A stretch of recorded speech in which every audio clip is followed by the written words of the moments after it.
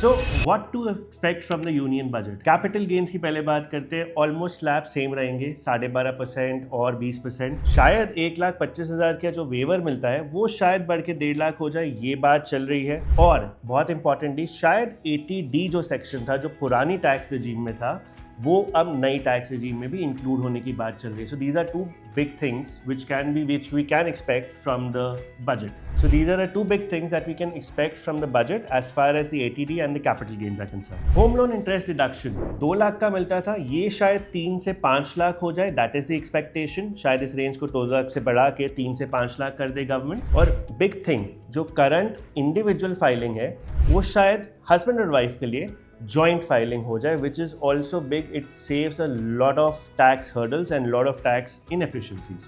NPS जो कि सिर्फ ओल्ड regime में अलाउड था, अब शायद न्यू regime में भी अलाउ हो जाए। सीनियर सिटीजन्स के लिए भी बड़ी न्यूज़ है। इंटरेस्ट डिडक्शन जो कि 50,000 का मिलता था पहले सीनियर सिटीजन्स को, अब शायद बढ़ के 1 लाख हो जाए।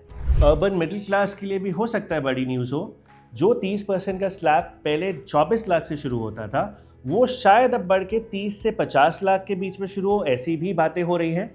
गवर्नमेंट एक्सपेंडिचर जो 3.1% था, शायद बढ़ के 4% हो जाए, ये एक्सपेक्टेशन है बजट से। तो कमेंट में बताइए आपके हिसाब से और क्या चेंजेस आप एक्सपेक्ट कर रहे हैं बजट में, जो कि आपके लिए फायदेमंद हो सकता है।